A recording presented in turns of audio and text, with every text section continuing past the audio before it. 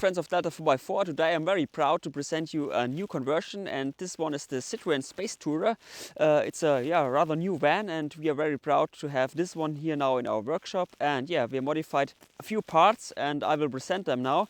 Here we mounted our front bar with a diameter of 63 millimeter, and on the top we mounted our PIAA headlights. This one are the PIAA LP560, just for a little bit more light. Yeah, and this whole kit, front bar with the lights, is completely legal in the whole European Union. So if you buy it, just ask us and we deliver all the paperwork you need.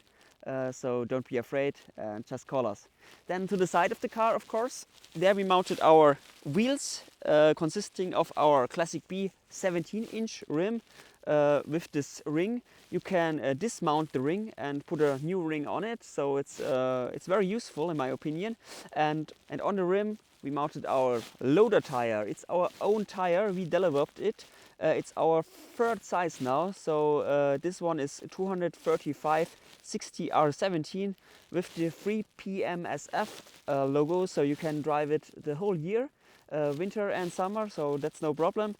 The tire is rather big for this car, so you have to modify the inner wheelhouse a little bit.